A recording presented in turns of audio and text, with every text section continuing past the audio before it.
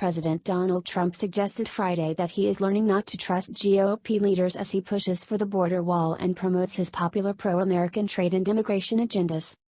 "Would have been great to do it earlier," Trump said about the 2019 appropriation of $1.375 billion for building 55 miles of border wall. He continued his veiled criticism of GOP leaders in Congress. "I was a little new to the job, little new to the profession, and we had a little disappointment for the first year and a half. People that should have stepped up didn't step up. They didn't step up and they should have. Would have been easy, it would have been a lot easier than now. But some people didn't step up. We're stepping up now. We have a chance of getting close to $8 billion, whether it's $8 billion or $2 billion, or $1.5 billion. It's going to build a lot of walls. We're getting it done. We're right now in construction with walls in some of the most important areas, and we have renovated a tremendous amount of wall." The admission came during the February 15 press conference in the Rose Garden, shortly before Trump signed the 2019 spending bill. The law may allow construction of just 55 miles of border wall, it curbs enforcement, and it offers an amnesty option to any illegals who offer to care for some of the children and teenagers who are smuggled into the United States as unaccompanied alien children. In a response to a question, Trump said, "I am learning. I never did politics before. Now I do politics. I will tell you I'm very disappointed at certain people, particularly one, for not having pushed this faster. But I've learned." Was it former Speaker Paul Ryan? Let's not talk about it. What difference does it make? But they should have pushed it faster. They should have pushed it harder, and they didn't. If they would have, it would have been a little bit better.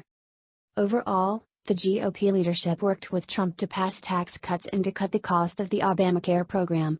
But it has fought Trump tooth and nail on his efforts to block migrants with a border wall and legal reforms, and it has rebuffed Trump's plans to reduce migration.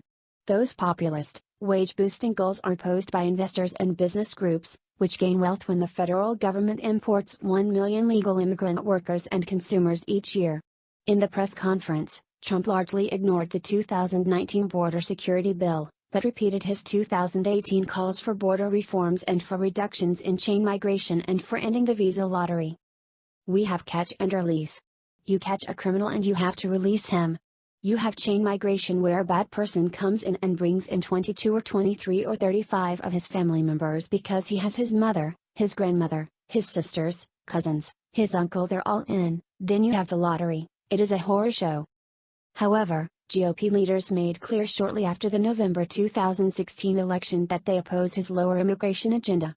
In December 2016, for example, Breitbart News reported, "We all agree that some of President Trump's proposed policies are not going to line up very well with our conservative policies," Texas Representative Bill Flores told an Inside the Beltway audience on December 1.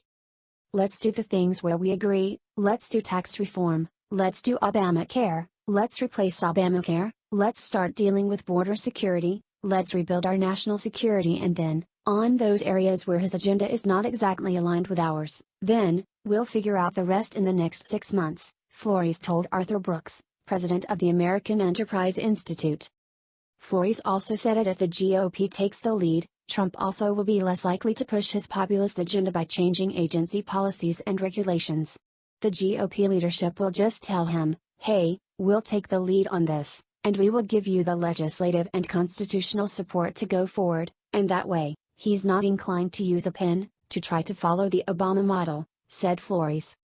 In February 2018, the Senate's GOP Majority Leader, Mitch McConnell, helped GOP and Democratic senators vote down Trump's 4 Pillars immigration reform plan.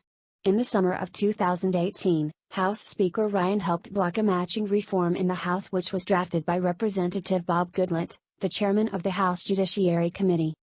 So far, Trump has kept his Hire American policy, which is helping to drive up wages for Americans. In 2018, for example, wages rose by 3% nationally, and by higher levels in areas with few migrants. Minnesota employees, for example, enjoyed a wage raise of 5.2%, while migrant-heavy Texas gained only a 2% increase in wages.